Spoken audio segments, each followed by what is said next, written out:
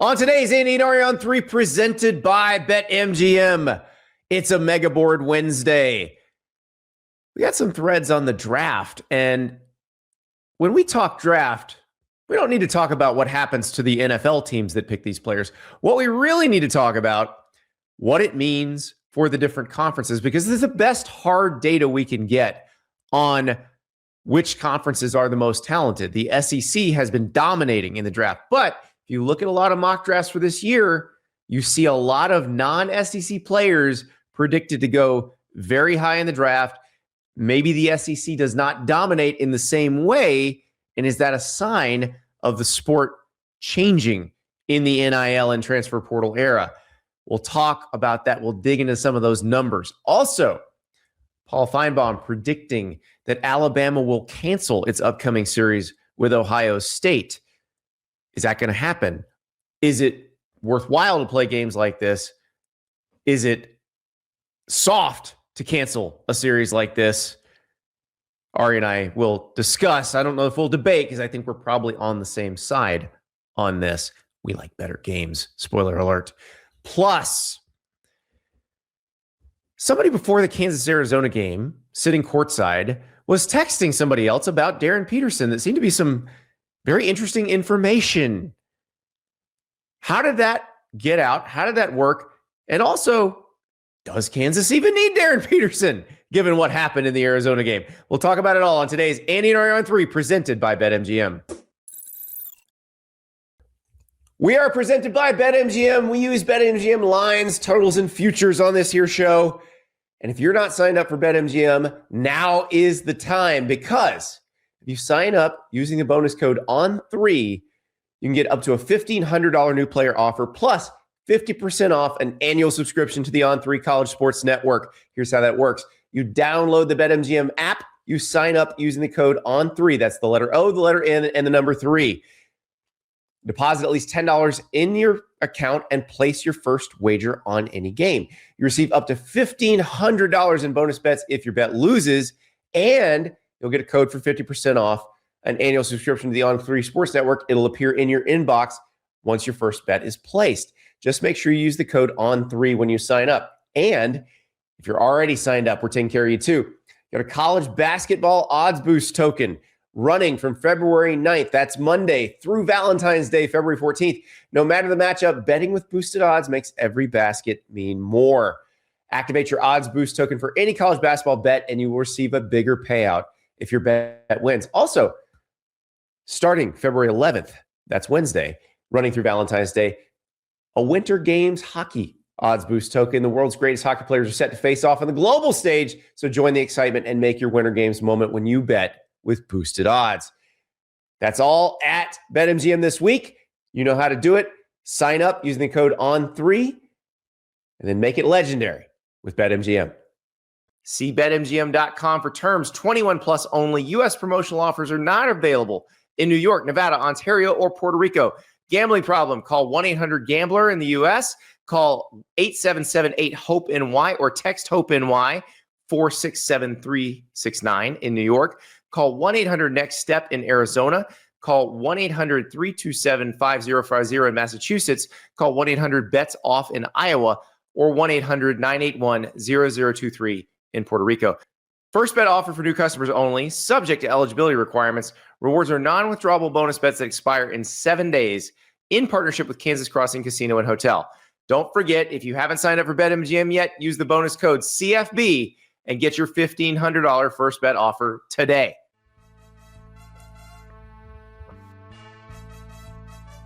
Welcome to Andy and Ari on 3, presented by BetMGM. It is a Megaboard Wednesday, and we are going to dive deep into the On3 message boards. We're also going to tack on a story that I know has hit some of the boards in the off-topic forums from the Olympics that Ari could not resist, and he texted it to us this morning, and I said, yeah, we're going to have to talk about that. I think you know which one it is. I think you guys know.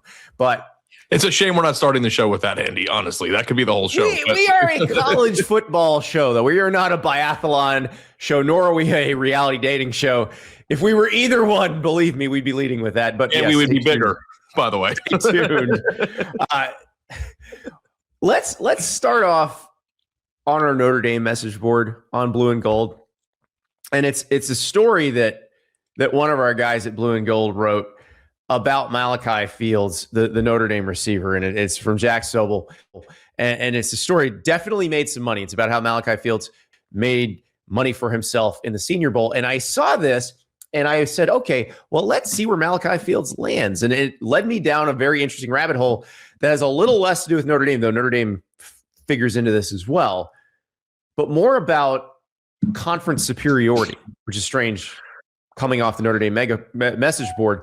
But you'll understand in a second, because my first stop to figure out where Malachi Fields kind of ranked in the draft pecking order was our friend and former coworker Dane Brugler at The Athletic. He had just put out his top 100 draft prospects. And this is the top 100, regardless of team or positional need. So it's not necessarily a mock draft. He's not saying they're going to all go in this order. But if you know Dane, historically, his top 100 has mirrored pretty closely to the actual top 100 in the draft. And so I found it very interesting because you don't find an SEC player going until number 7, and then you don't see another one until number 15, which I thought was very interesting.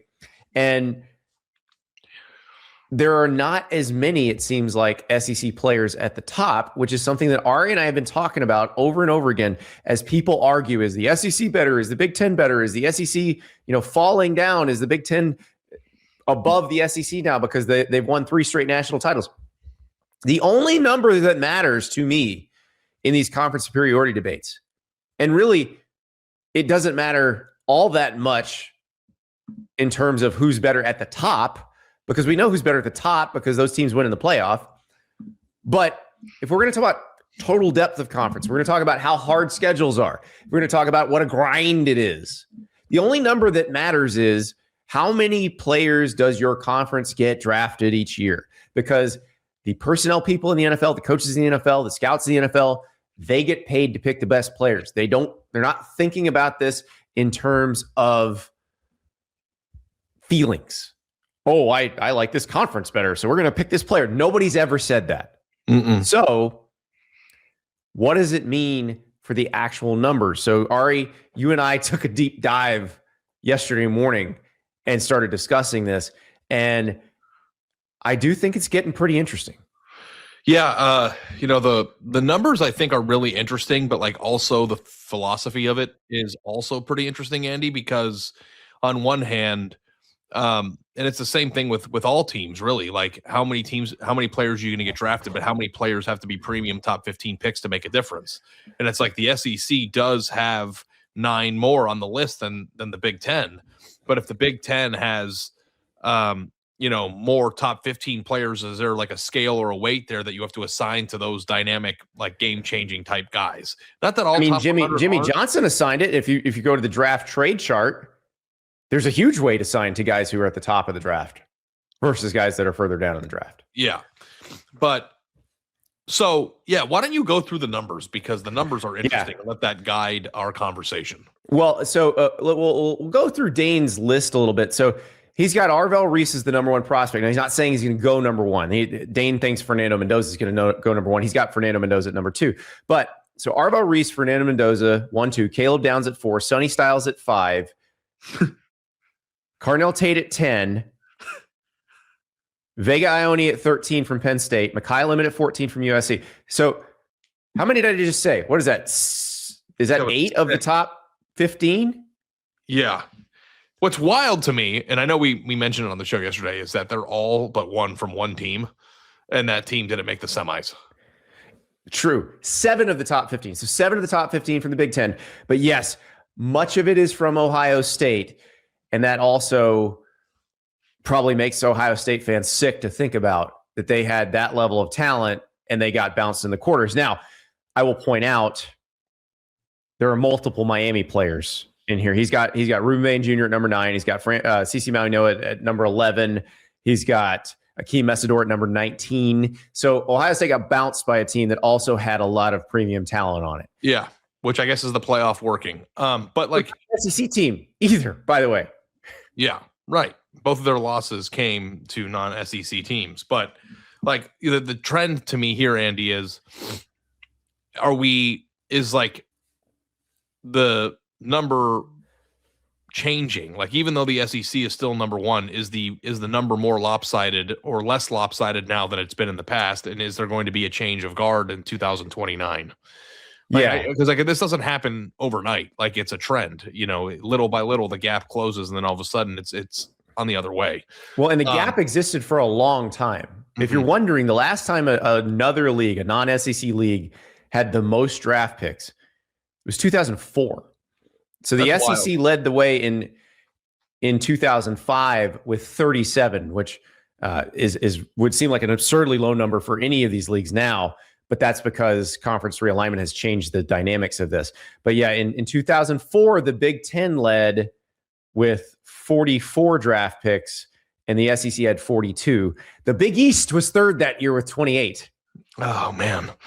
Which is wild to me, like, because it was a bunch of Miami and Virginia Tech, and then there were some Boston College and Syracuse in there. There's some Rutgers guys in there. The Big East had decent football, and like you can kind of see why the ACC did what it did, because that year the ACC had 25. Within a couple of years, they'd taken the Big East teams that were producing most of the talent. Yeah. Well, hey guys, listen. Andy and I haven't been working together for the entirety of this trend, but for the large portion of the first 5 years or so that we did work together, we were in complete agreement that the SEC was by far the best conference. And for 15 years, almost 20 years, that was a fact, right? Now it's controversial to say, well, maybe they're not because of that, because of those stats. Well, and the reason I think this matters in terms of college football is when you hear the SEC people say, well, our schedule is such a grind, it's harder, you should give us preferential treatment because if we have more losses, the playoff committee should give us preferential treatment because our schedules are harder. I would agree with you as long as you are producing the most talent by a wide margin. And I don't know that that's happening anymore. Yeah, and I think the other thing that you have to consider here is 34 players is really good, but there are 5 more teams in the league than there were before? Yeah, so in the top 100 of Dane's, it's 34 SEC players and only 25 Big Ten. So that does still favor the SEC pretty well. If you want to go to last year's actual draft, 36 of the top 100 draft picks were SEC players. 27 were Big Ten players. So the SEC is still better in the top third of the draft. And there's one other thing that has to be taken into account here, Andy, is that of the 25 players, if 10 of them are from Ohio State, I don't know the number, but we know that 6 of the top 7 are. That also is a wide margin because it's not spread out at all. It's one team that has most of them. Does Ohio State have the SEC was doing that with Alabama and Georgia. And if you look at the way it's dispersed now, and that's another way to dive into these numbers, is if you look at Dane's list right now, it's a pretty broad spectrum of SEC teams that these guys are coming from. Right. It's not all Alabama, Georgia at the top. Yeah. And I think that what you want to see if you're the Big Ten moving forward is the defensive end from Purdue being a top 5 pick consistently, or the safety from Minnesota instead of going to Oregon being a top 5 pick there. I think that, when you look at the SEC and the spread of teams that actually have program changing or game changing players, it's probably still more spread out. But the question really is the top of the SEC, which used to be the most dominant thing, right? Like the SEC has always had really good depth in terms of good players on a multitude of teams.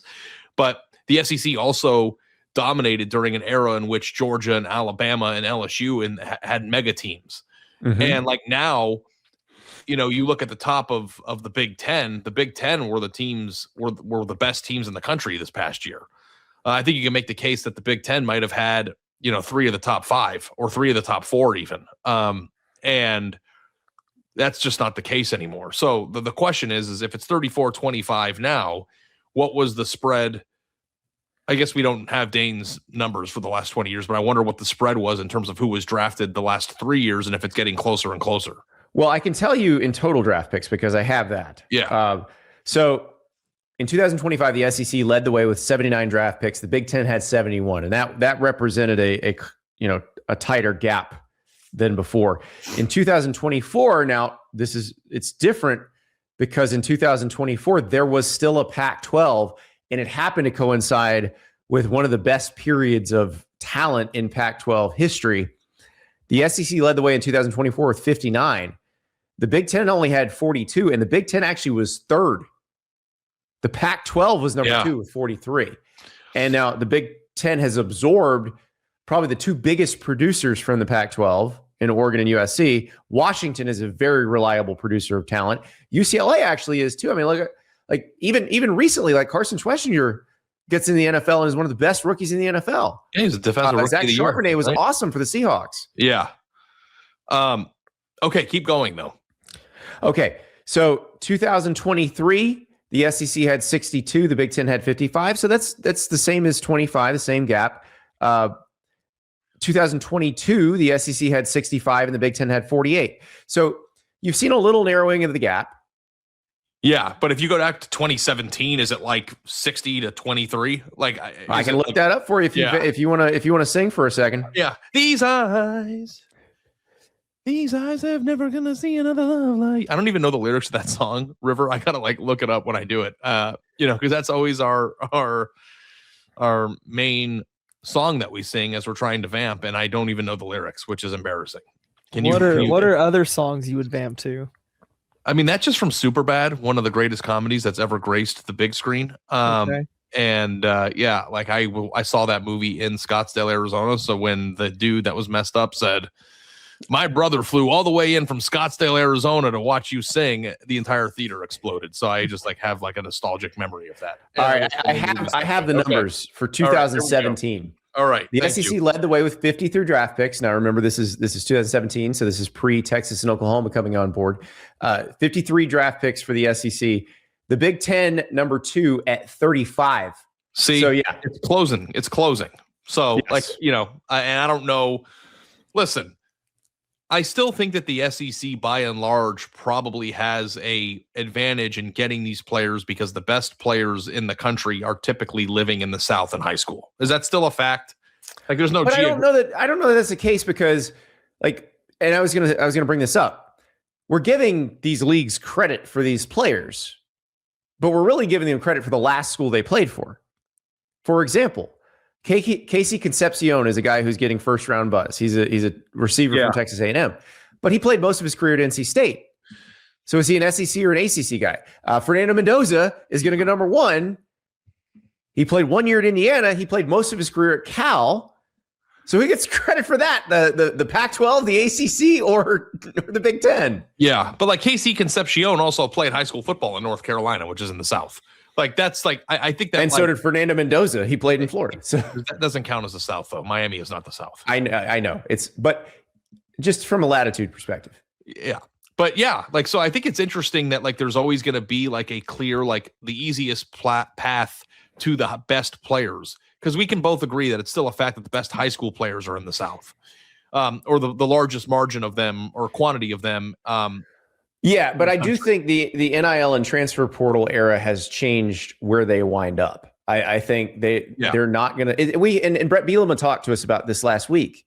They're not going to sit, and this is going to affect Ohio State too.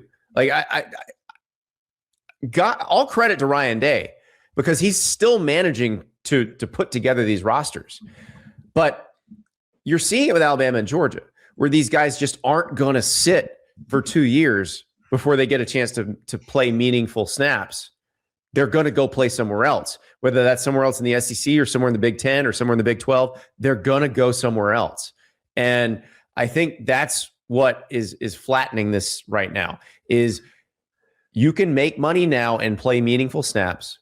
You're worth more to an Arkansas or to a Minnesota than you are to an Ohio State or a Georgia, because they need you now. Yep, that's true. And I know that Ohio State lost more than 30 players in the portal this year. And, some of those are, you're never going to play here. But some of those are you would play here if you stayed, right? Yeah. And losing a lot of those players is what turns into this. So, I know that, Ohio State the last 2 years. I mean, when you think about the fact that Ohio State has 6 of the top 7 players from the Big Ten and one of the 6 of the top 15 players in the country on their roster a year after what they put into the NFL after winning the national championship game, it almost should feel like that's impossible. Like after Ohio State stand up and applaud Ryan Day and Mark Pantoni, who's their general manager, for being able to do that in this era. I do wonder how long they can keep doing it in this era. Yeah. And it just goes to show you, and it's another lesson too, about why the transfer portal era is changing things. Because typically in the past, a team like Ohio State that had 6 of the top 15 players on Dane Brugler's list wouldn't have a gaping hole on their roster that caused them to lose a game. Even with all the players that they had and all the great, and listen, Andy, 2 of those players that were the most important pieces of Ohio State's team are returning next year. So that doesn't even account for Jeremiah Smith and Julian Sayin. Right. And yet they still couldn't block 2 players from Miami who are on this list, and it cost them maybe their 2nd consecutive national championship. And I feel like when you look back at the 2020 Alabama team or the 2019 LSU teams or some of the best teams of our playoff era generation, the loaded teams didn't have roster holes. Yeah, you did not see a positional hole at all. And you're right. And it's going to be the teams with the fewest holes that win the national title. That's good. Because Indiana, let's look at their roster. You didn't have one position group where you're like, this one is severely lagging behind the others. You felt like they have NFL offensive linemen. They're not all going to go to the NFL this year. Like Pat Coogan is going to play in the NFL next year. Carter Smith is staying at Indiana, but he's going to go play in the NFL eventually. They've got guys that are going to be NFL offensive linemen. They've got guys that are going to be NFL DBs. They've got guys that are going to be NFL receivers. They've got guys that are going to be NFL defensive linemen. Like everybody, and look, the Ohio State guys are going to be NFL guys too, but they're not as good and probably won't be as drafted as high as some of these Miami guys we're talking about. And how many would you rather have a team that has 4 players in the top 20, or would you rather have a team that has a 4th round draft pick in every position room? 4th round draft pick in every position. This is why we say the Jets would kick the crap out of any college team. Because in football, you pick on the weak spots. And if there's a glaring weakness in one or more places and the other team has fewer weaknesses, you're probably going to lose. Yeah. And in football, one mismatch can blow the entire game. Yes. Yeah. And that's the other thing is I go back to there was a bowl game in the Paul Johnson, Georgia Tech era when, they were running the option. The option is a great offense unless there's a defensive tackle who can throw the guard back into the mesh. And that happened when they played LSU in this bowl game where basically LSU's defensive line were just throwing Georgia Tech offensive linemen back into the quarterback, fullback mesh, and there was nothing you could do about it. There was no shot. And that one weakness destroyed their entire game plan. And so that didn't happen in football. And that's the danger now. Alabama, really good players. Quite a few players on this list that Dane has. They couldn't block in the run game. They weren't particularly great at blocking in the pass game, but they really couldn't block in the run game. Yeah. And Ohio State's roster hole also lined up with the 2 best players on Miami's team who are in the top 20. That's just bad luck too. 2 of the 3, because one of the other ones was on their offensive line. Yeah, so, right.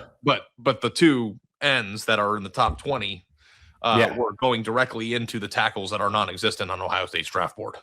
Yeah, and that's what happened. I mean, we could break it down further, but that's it. That's really what happened, and that's what happened to them against Indiana too.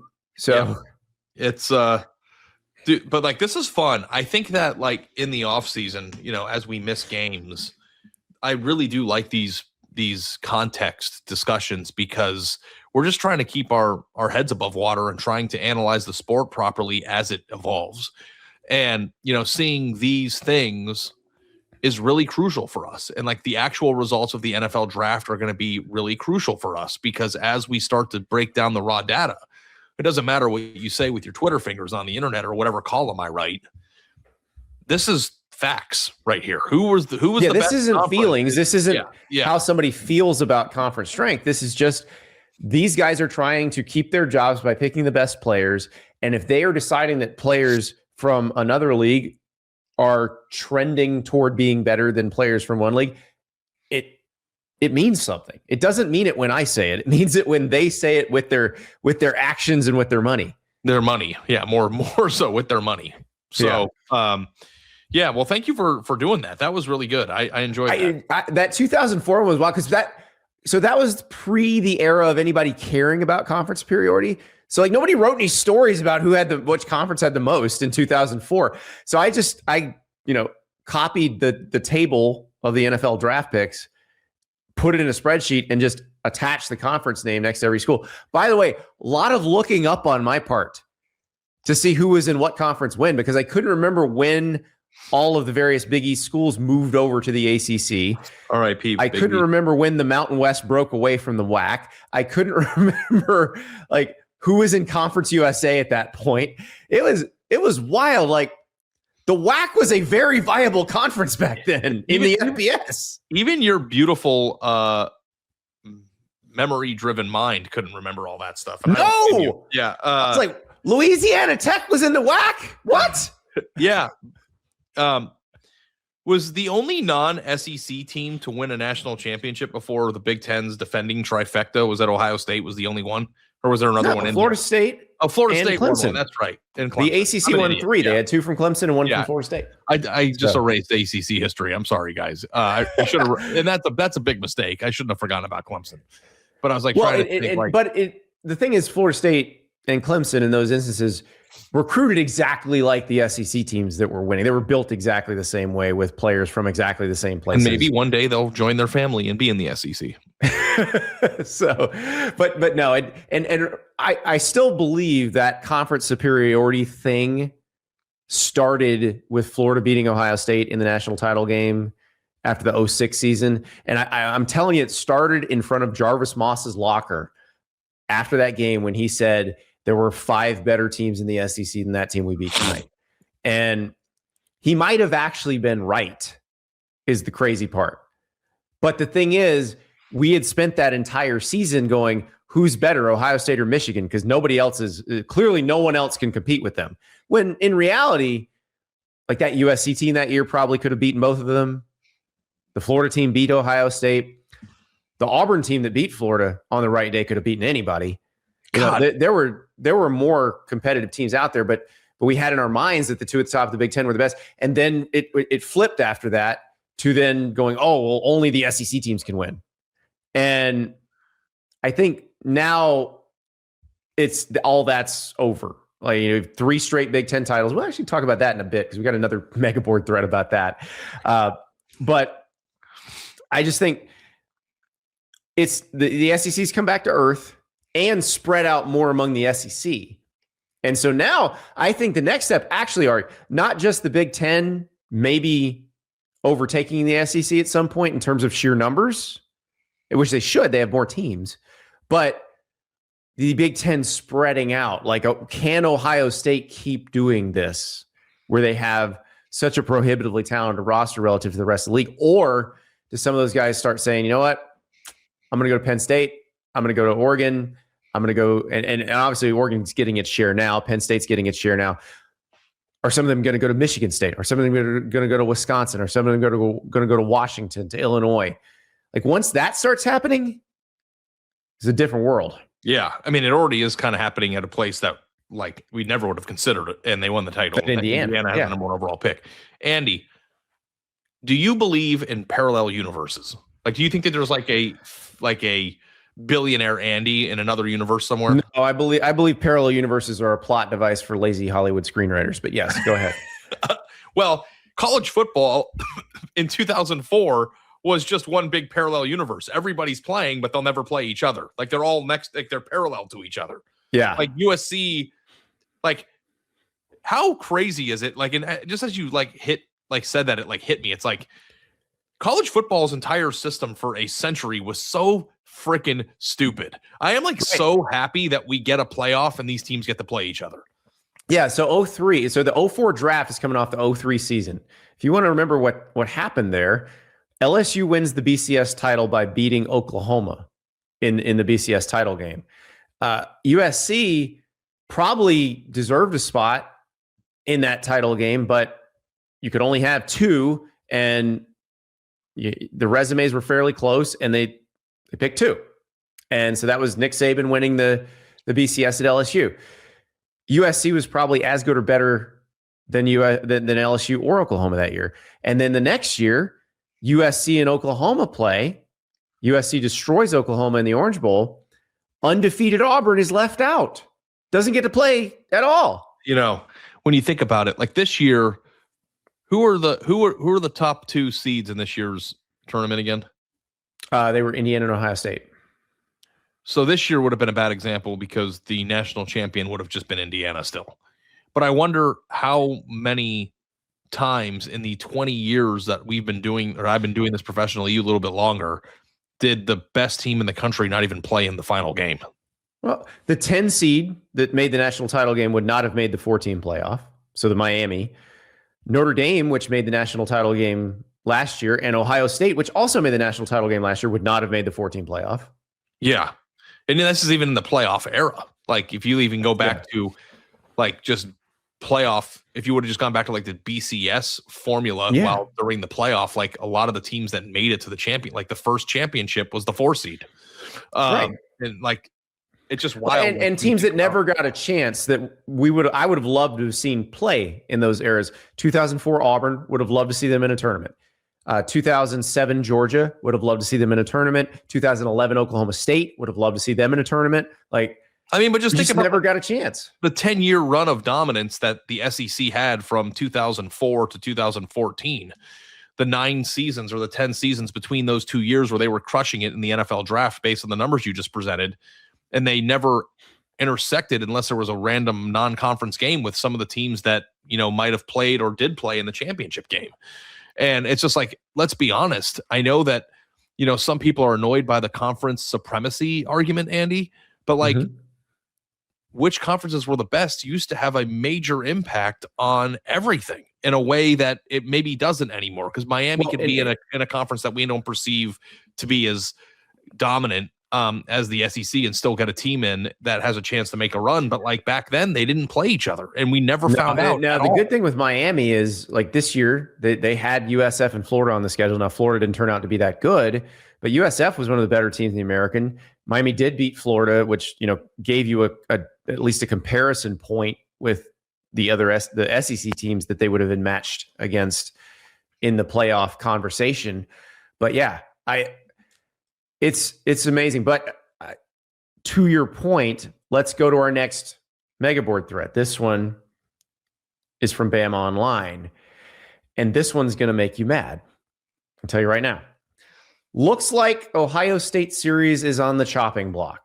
Austin Bama posted this on the Bama Online message board. And this is after Paul Finebaum, who works for ESPN and the SEC Network, went on the air and said that he believes Alabama will cancel its upcoming home and home with Ohio State because, Paul took it a lot of different directions in terms of what Kalen DeBoer needs to do and all that. But the base reason for it would be them saying their SEC schedule is so tough going to 9 conference games that game can only hurt them and it can't help them. And it just drives me insane. That's not true. I mean, it's also not true. It's not true. If you win it, it helps you a lot. Maybe you're worried about losing it. Yeah. Which is why it's really soft to cancel it. I hate this. But you know what I think it's going to take? You know what I think it's going to take? And we're going to get there eventually. 9-3 teams will make the playoff, especially if they expand. 9-3 team that won a game like this, and that's the differentiating factor. You just haven't had the situation yet. Yeah, but it will happen, and it will occur. I'll give you one where it kind of did happen. 2016. So 2006 is different, obviously different 14 playoff versus the 12-team playoff. But that Ohio State team, which did not win the Big Ten because they lost to Penn State, and Penn State won the Big Ten. But Penn State had 2 losses early in the season. Ohio State got in, I think, only because they went to Oklahoma that year and won. So they had a road win against a power conference champion because Oklahoma ended up winning the Big 12 that year. If they don't have a road win against a power conference champion, I don't think they get in the playoff that year. You know, I have been thinking a lot about this, and I wanted to ask you this. Do you think if Texas would have beaten Ohio State on the road in week 1 and then lost another, and then lost to A&M, they would have gotten in? Because I do. I think so. I think maybe. Or maybe not A&M because they needed that A&M win. But if they would have lost another random game in the SEC.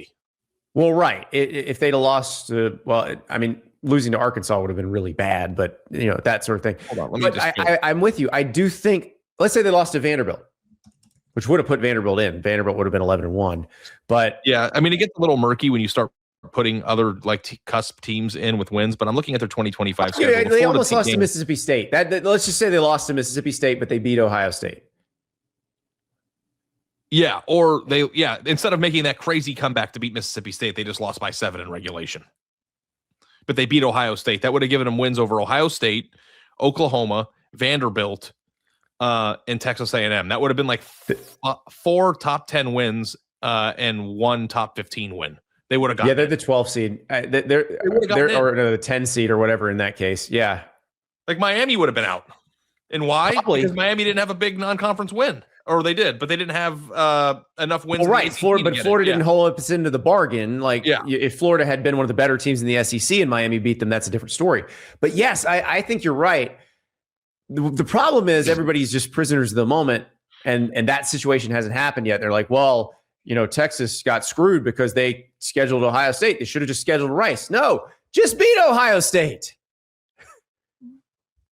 I think that people undervalue, and we argue about this all the time, the importance of a top 5 win. I just don't think that people realize. I don't understand how they don't see it, but it's right there in front of your face. Yeah. So, and I think it forgives you for it almost makes losing to bad teams less relevant because they care more about who you beat than who you lost to. Well, and because I don't know, I'm not on the committee, but the way I look at it, and this is the reason why when I did my mock on Championship Saturday, I had Notre Dame in and Alabama out, because I'm looking at it like, who can win these games in this tournament? Who can beat the teams in this tournament? And between Alabama and Notre Dame, my thinking was Notre Dame can beat more of the teams in this tournament than Alabama can. And they did not have the resume. Right. They didn't have the wins. Future, yeah. USC or Notre Dame will not get in because they didn't play each other. The exact opposite's going to happen to them. I hope people are punished for soft schedules. That's what I want. Somebody who's 10-2 who played a just disgusting non-conference and then got a really easy conference draw to just be left out. It literally just happened. And maybe that's what happened to Vanderbilt this year. It literally just happened to Notre Dame too. They lost two games against their 2 best teams, and they went 10-2 and didn't get in. Yeah, so you're right. It does, but Notre Dame, I'm sympathetic to a certain extent because Notre Dame's scheduling is a little bit different. I want to punish the people who drop non-conference games because their conference schedule is too hard for them. Yeah, and the question is, going back to the discussion we had earlier about draft picks coming out of each league, is the SEC schedule really that much of a grind that you can't do this in 27 and 28? It'd be one thing because South Carolina is dropping NC State. Okay, but South Carolina is not dropping Clemson. They're still playing Clemson every year. Alabama doesn't have a non-conference rival that they play every year. And if Florida State ever gets good, has to play Florida State every year. There's teams that have tough. Yeah, right. Alabama doesn't have that. They would just be dropping this to choose to play an easier non-conference schedule. Now, this year, Alabama's got Florida State, and they're keeping them. Well, yeah. And that's good. I'm glad they are. It's easy to keep them now. Well, not compared to what happened last year. Not when you think about what happened to Bama last year against them. Yeah. So, but I hope they keep it. I hope they do not cancel it. I hope we can shame. Let's start shaming now. So Greg Byrne, Alabama athletic director, feel the shame. The shame is coming at you. Shame. It's like you don't watch Game of Thrones, but shame. I'm gonna ring the bell. I'll be the SEPTA. Every time I get naked and go into the shame. shower, Brett yells shame at me. So do not be soft and cancel this series. You're freaking Alabama. Let me tell you something, Andy. There is nothing more powerful than writing the word soft in a column headline on on3.com. Yeah, don't do it. Don't be soft. But like, is this a theory? You're better than Paul? this. This is a theory from Paul. It isn't information yet, right? He's just it is a theory, and it may be one of those theories that got floated to see how the populace would react. And I will say, like on the message board thread, it was kind of split between Bama fans on Bama Online. There were some that said, by all means, cancel it. It doesn't do us any good based on the playoff committee rankings. And then there are some that say, no, we are Alabama. We don't do this. We don't duck people. We're not scared of people. Also, if you pay for season tickets, don't you want to be entertained? Like, it's like almost like, let's have some filler episodes in the 5th season of Breaking Bad because it got too intense. Like, what are we talking about? like I don't understand. Like, you're not, it just like, it does not compute to me. And you know what else doesn't compute to me? And you can solo me on this one, River. It's going to be quick, but don't tell me about how awesome it is that the new playoff system that's been expanded gives us more inventory of good, exciting matchups, and then root for your team to cancel a non-conference game. It's completely and utterly right. You got mulligans too in conference play. Just be good. Just be good. Can we get a T-shirt that just says "Just be good" and say it like Sebastian Maniscalco? I think that works on a lot of levels, doesn't it? Is that the first Andy and Ari on 3 T-shirt? Josh Pate told me years ago. He's like, don't do the merch too soon. He's like, build up the merch, build up the sayings, build up the lore, and then hit him with the merch. Yeah, I mean, I think grab ass has to be on a shirt, Andy, of some kind. I think. Agreed. But just be good works on so many levels. Tamper better's good. Yeah. Yeah, I think I don't know if people would buy them, but as we'll revisit this later on in the show. I think it might be relevant later. It might, but yes, Alabama, please don't do this. I don't know if somebody floated this to Paul to see how everybody would react. We're reacting badly. Yeah, don't do it. It's bad. I want to see Alabama play Ohio State in 27-28. I do. I think most people do. Yeah. So don't. I might write about this today. You go ahead. I figured you might. Soft. Yeah, I figured that word's going in the headline, isn't it? Soft. Okay, our next Megaboard thread. This is one that we were going crazy over this one on Monday night. So if you watch the big Monday game between Kansas and Arizona in basketball, this was a huge matchup in the Big 12. I watched it. Two of the best teams in the Ari watched it. Ari's like, I'm going to watch a basketball game. It was awesome. Go ahead. Sorry. But I just wanted to let you know that even I watched it. It was a great game, even though your alma mater lost.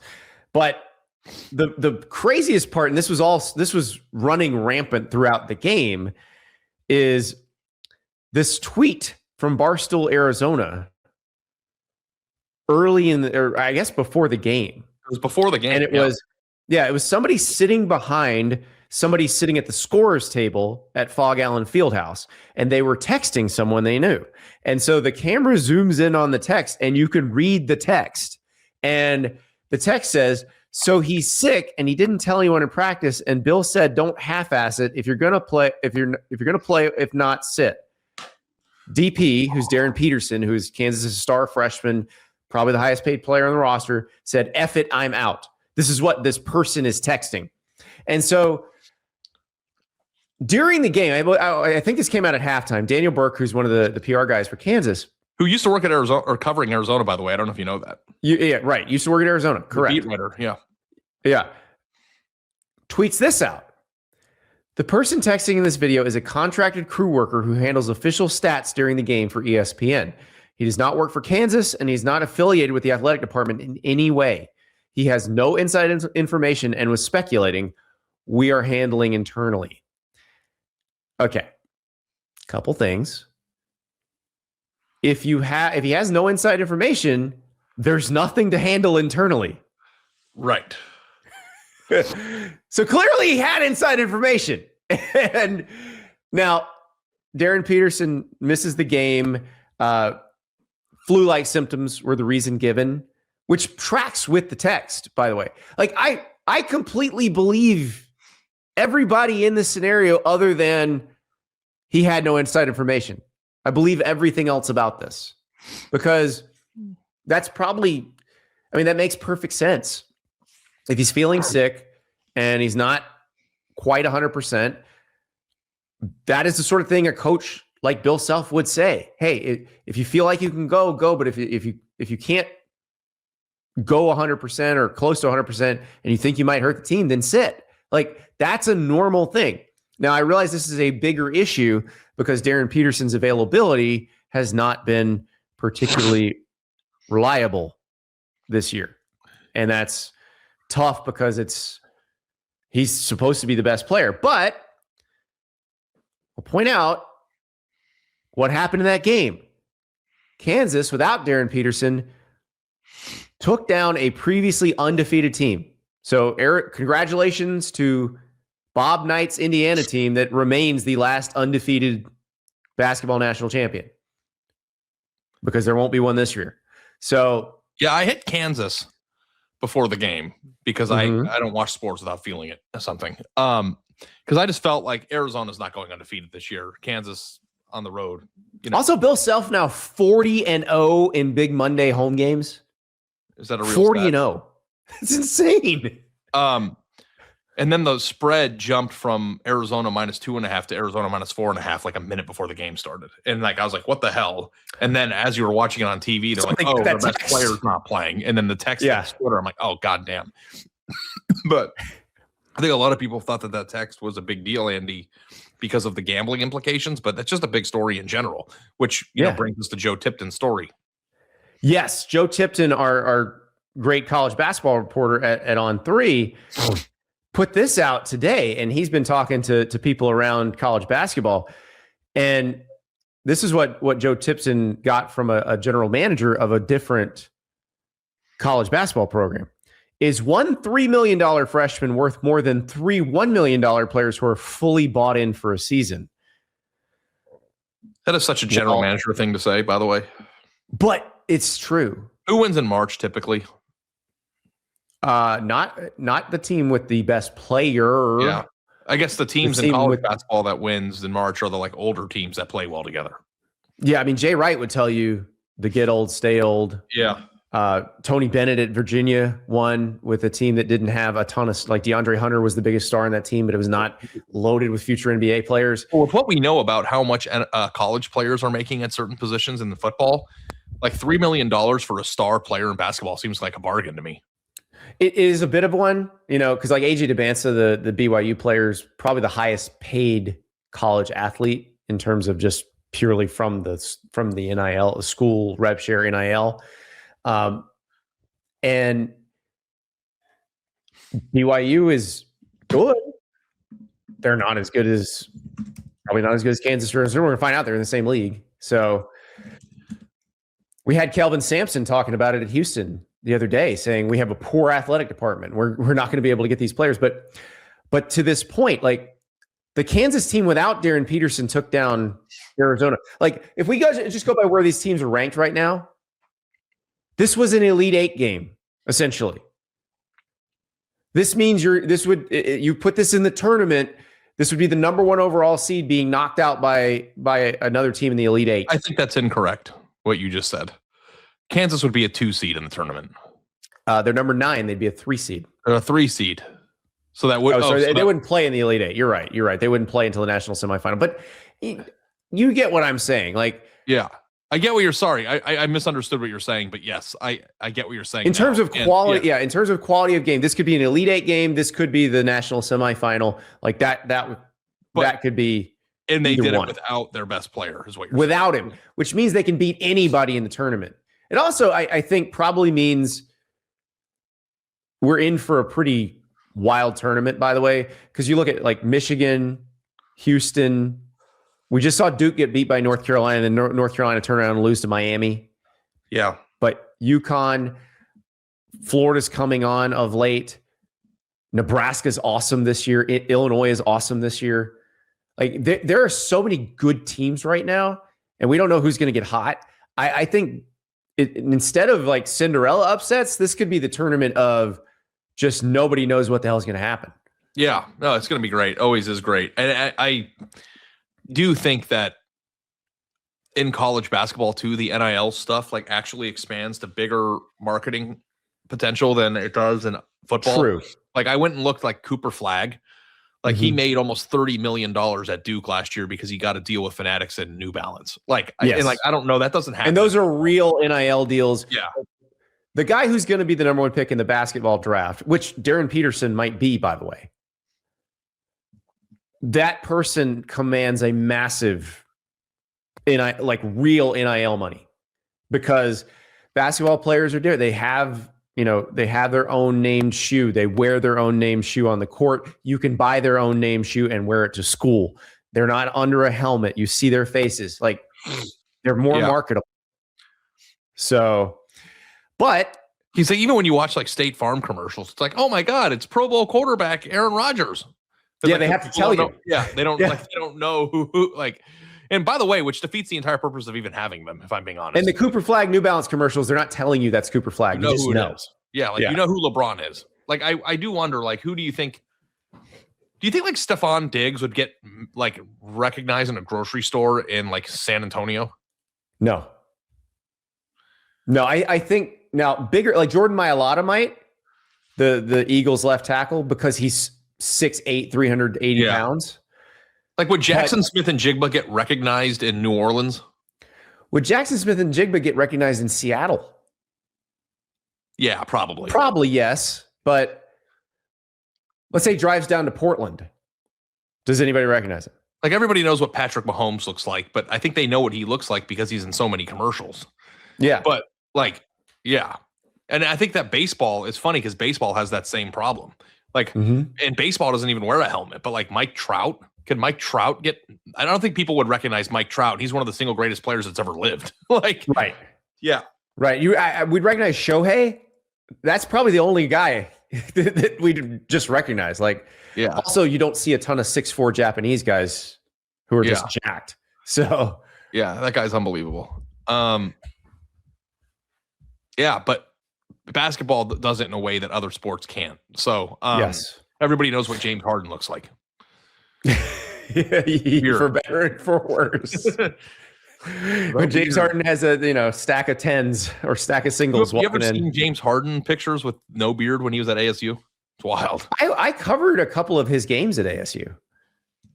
No beard. I remember thinking, this guy does not look like he should be a star. He doesn't move like it, but then he gets the ball in his hands and he finds his way to the rim every time. Yeah, you should feel good about yourself. You're like one of the few men that like could like be clean shaven and handsome. I'm happy for you. I can't grow a beard. That's the only reason. That's a bet that I'm going to keep in the holster though. Like you can't shave for 2 months. I just want to see what happens.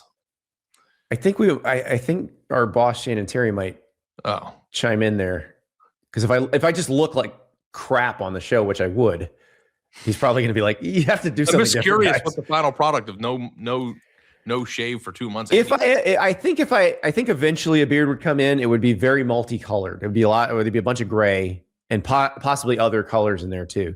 My hair has been. I had red hair when I was born. I had bright blonde hair when I was kindergartenish, and then it turned brown. So my follicles do weird things. That could go on the T-shirt. My follicles do weird things. Yes. All right. Well, speaking of T-shirts, I'm glad you brought this up. So our guy Mike Singer, who works for Blue and Gold, that's our Notre Dame site. He put this on the message board the other day and asked the same question Ari and I did when we got texted the link to this thing. It's fascinating to me. The headline on the message board is, "Who's buying this shirt?" And it is on the Big Ten website, and it says the championship trifecta, and it has the Big Ten logo, and it says trifecta, Michigan, Ohio State, and Indiana logos. And it is hold on, I'm going to click the link here.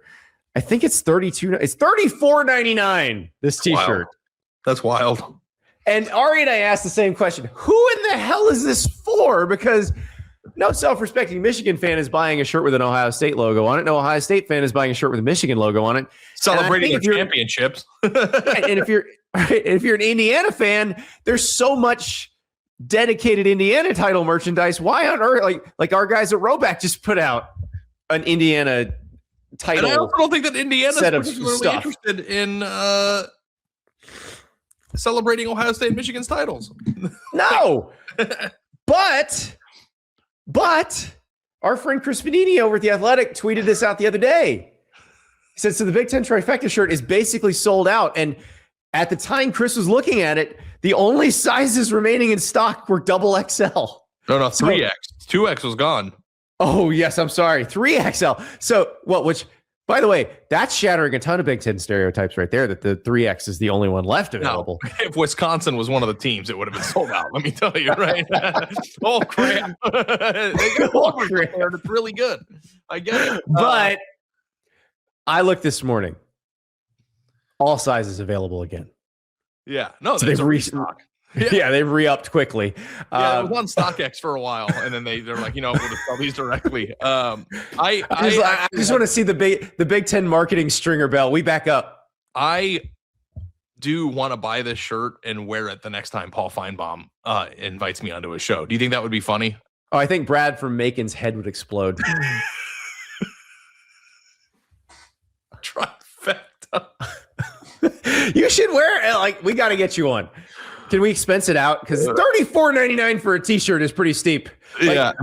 When we sell the Andy and Ari T-shirts, when we sell the Just Be Good T-shirts, yeah, we got to find a lower price point than that. It will be a lower price point, but the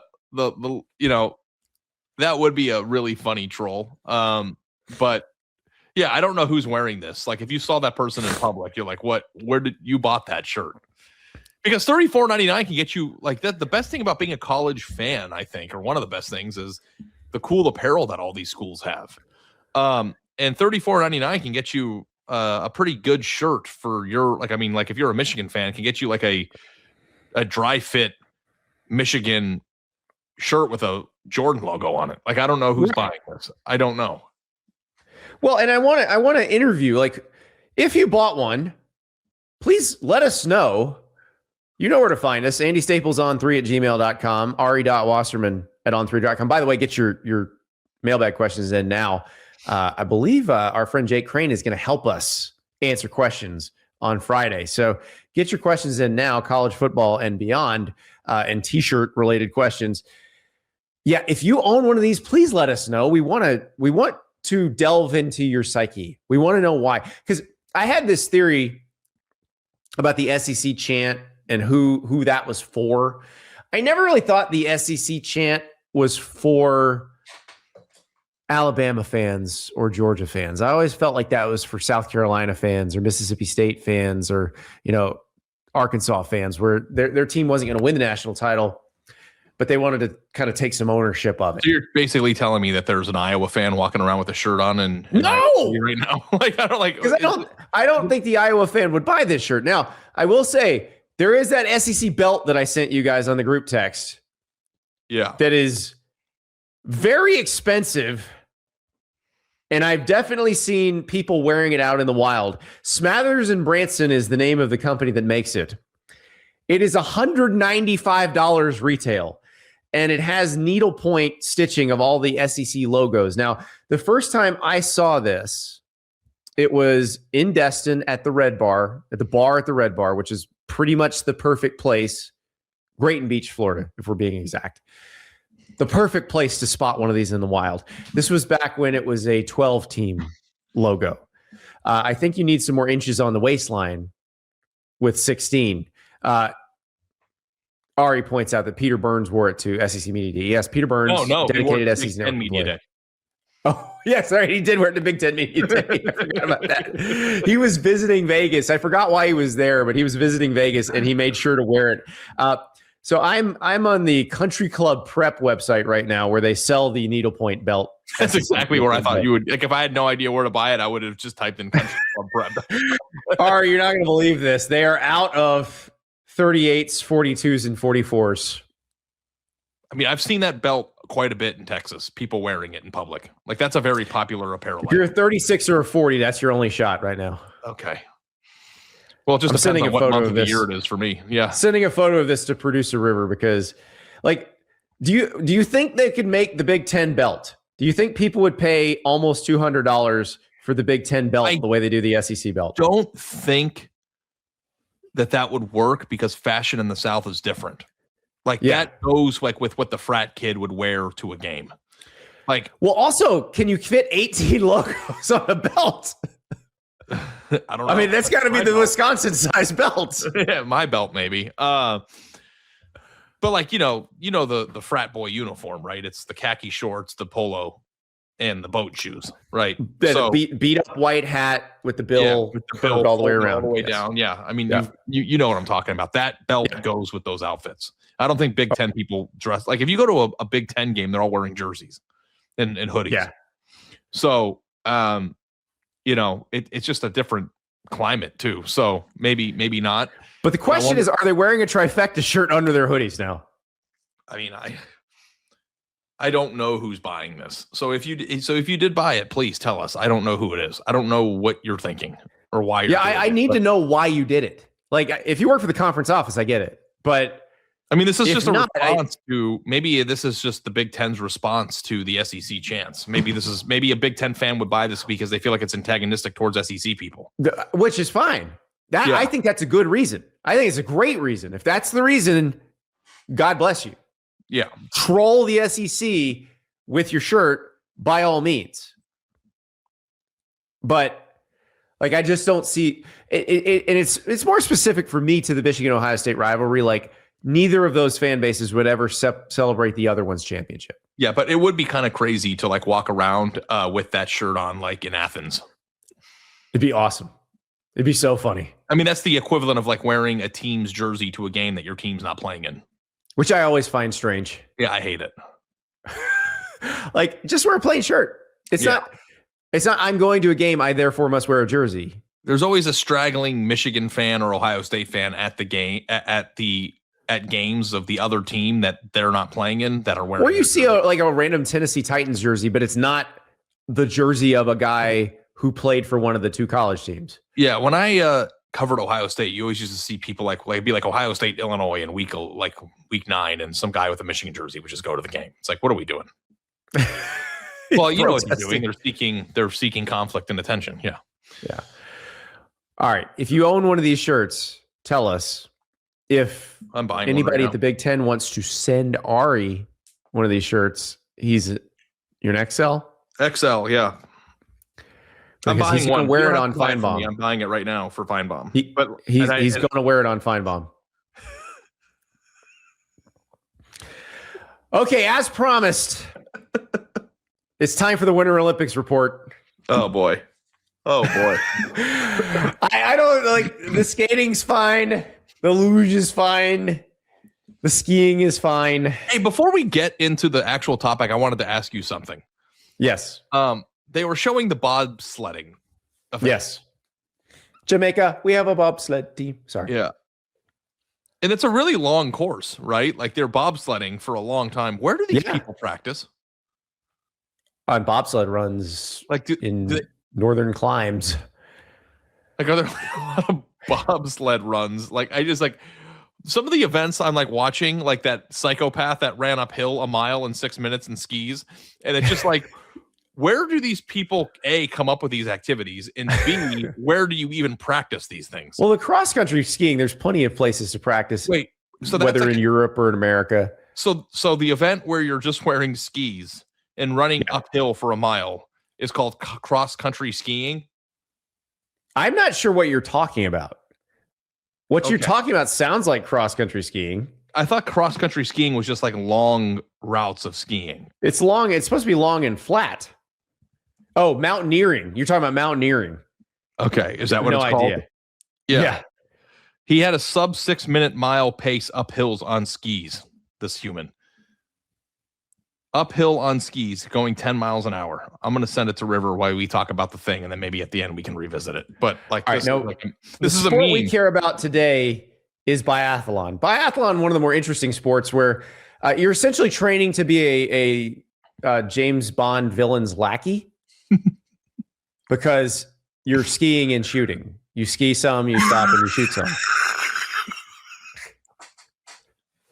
So you are training to be the henchman of a James Bond villain. That is these what events you're doing. are insane, right? Are they not insane? They're insane. Who came up with this shit? Like, so how does it become your life's work to get good? Listen, some people are just really good at skiing and shooting, not one or the other, but both. So. And not great enough at either one to just win at that. Because those are all, you can just ski or you can just shoot. That'll get you a gold medal too. Okay. All right. This is not even the funny part. That's just the sport. Sturla Holm Legreed, whose name I'm sure I am. Oh, you nailed it, dude. You nailed it. Won the bronze medal in the 20 kilometer biathlon. This is the second time we've used the word kilometer on this show this week. Oh, God. He used his post-race interview to reveal that he had cheated on his girlfriend. 6 months ago, I met the love of my life, the world's most beautiful, sweetest person, Legreed said through tears. And 3 months ago, I made the biggest mistake of my life and cheated on her.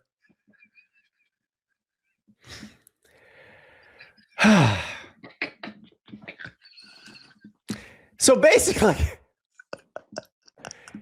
he's using his platform after the crowning achievement of his sporting career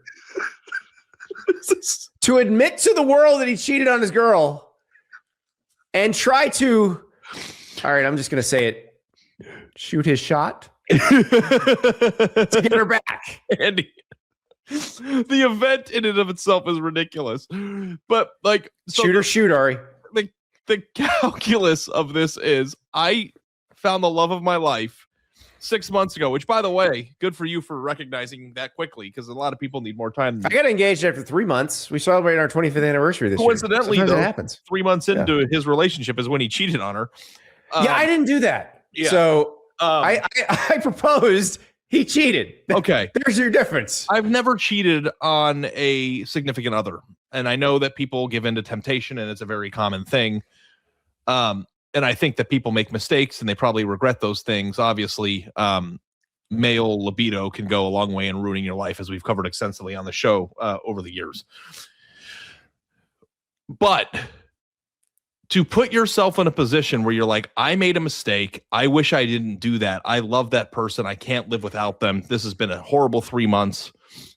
I'm going to torpedo that person and me on live television after doing the thing that I've been working my whole life to achieve to get this person back is insane calculus from somebody who's very good with a firearm. It's a giant red flag. If I were her, I would, if I had any thoughts of reconciliation, they would be gone. And a Norwegian newspaper founder, and I'm guessing that she probably feels the same way. She chose to remain anonymous, fortunately, her name's not been put out there, and I'm glad, and please, nobody put her name out there. She said, I did not choose to be put in this position, and it hurts to have to be in it. We have had contact, and he is aware of my opinions on this. In other words, he probably said, I'm going to do this. And she's probably like, please don't do this. Yeah. Or he did it without talking to her, hoping that like this would be like the end of like a Disney movie where he's running through an airport to get her back and like it just exploded in his face. Although I will say, I thought the crazy son of a bitch was going to pull it off, Andy. Like, I mean, like that, like, I mean, I guess if you are at the end of your rope, you know, the other part of this, right? So his teammate on Team Norway, Johan Olav Botten, Johan Olav Botten won the gold. Our hero won the bronze here. Johan's trying to celebrate winning the freaking gold medal. And I mean, because even in Norway, I doubt biathlon gets that much pub. I think every gold medal in the country gets a lot of pub. Like, that's his moment. Well, right. Yeah. But what do you think was the biggest story in Oslo? Do you think it was Johan winning the gold, or this is maniac being like, I cheated on my girl? This is one of the greatest sports stories of our generation. And like, listen, the Norway paper that found the girl without her name being out there, that's peak journalism. Like, if this was an American athlete, like Nicole Auerbach would have had her in The Athletic or on NBC in 5 minutes. Like, that was what she used to do. Absolutely. That's Nicole's specialty, though. Yeah, Nicole would find. If you go viral, Nicole will find you. Yeah, Nicole found the dude that was like reading at the Florida State game with his shirt off and like had a story. He found the lady. She found the girl who was knitting at the Kansas game. Yeah, yeah. She would have found the girl. She found was it an LSU fan that was just glaring at the camera? Yeah, during an LSU Alabama game. Yeah, it was LSU girl, and she was looking into the camera like angrily when they were losing. It was like it was the first Kurt Signetti mean mug. Really? Yes. So here's what Legreed said about his teammate Johan Olav, who won the gold. Now, I hope I didn't ruin Johan's day. Maybe it was really selfish of me to give that interview. I'm not really here mentally. I mean, that's a man who's torn up about you if you're out there. He does. I say this not as a human being, but as someone who does shows for a living. Put a microphone in front of this man whenever possible. I'm not really here mentally is gold. You know, I do think now in the age of Tinder and Bumble and stuff, that a lot of people's origin stories aren't that interesting. You know, like my dad met my mom in a foreign country and like walked up to her randomly. And the only reason why my mom talked to him is because one of her friends lied to her and said that he had talked to her. Like, it's like an insane story. And I think that's cool. Like, my origin story is meeting somebody through a friend that I went to college with. Like, I'm happy that like I have like a cool story. I met my wife at a bar. Right. But like, you met her naturally. I think that like meeting somebody naturally makes for a better than we swiped right on each other. And I'm not saying it's bad if you do. A lot of people find their wives and husbands this way in 2025 and beyond. But think about the origin story. If they were to get married, we met, we felt deeply in love, and he made a mistake, and he used his crowning achievement in life to torpedo himself on national television and became a viral sensation to win me back. I kind of find that to be a little heartwarming. I think he made it about him and not about her. It's a backfire. It was a backfire. And that is probably the reason she's staying as far away as humanly possible.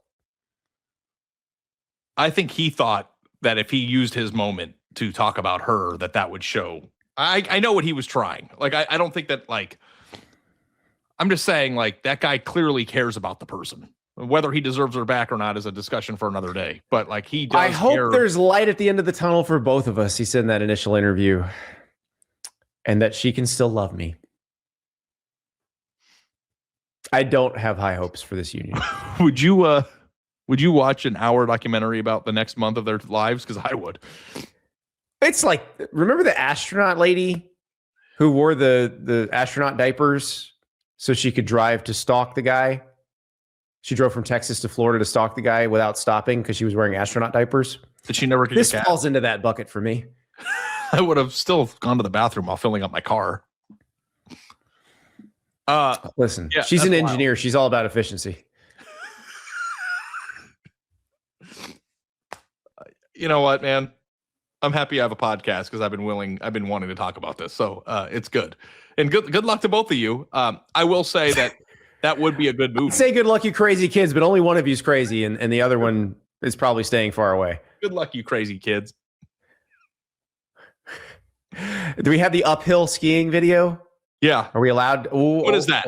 What is that? I think that's mountaineering. I guess that's mountaineering. Okay. I might have to have River censor that. 6 minute mile. I think we're gonna put a black bar over that. Okay. DC, please don't copyright strike us. Okay. Well, just so you know, it's a man running up a hill with skis on. That's you didn't have to watch the video to know it. And it's become a meme of like when my wife tells me the kids are asleep to come upstairs. Just like, it's like running up. It is you. That is actually probably like a GIF to represent your life, just constantly skiing uphill. Yeah. No, I mean, like that's going to go viral for like any time anybody makes a sexual joke. Like it's that. Me on my way to my girlfriend's house when she said her parents were I just use Forrest Gump coming around the corner. Yeah. Running around that fence. Yeah. But, there's got to be some evolution to these things. We can't keep going with a mid-90s movie. We got to get new things online. And I'm so happy. GIF culture has made life better for everyone. Yes. Yes, it has. So also have message boards. If you're not already signed up for On3, get yourself an On3 subscription, because then you can enjoy all of the message boards the way we do. Like I spent Wednesday morning diving deep into all the message boards, and it was so much fun. Trust me, it's February. It's the off season. Everybody's still finding plenty to talk about. So right now, you sign up for BetMGM, you get 50% off your On3 subscription using the code ON3. So sign up for BetMGM, use your code ON3, get 50% off your On3 subscription, and dive into those message boards with us as we do every Wednesday on Megaboard Wednesday. It has been a pleasure, and we will talk to you tomorrow.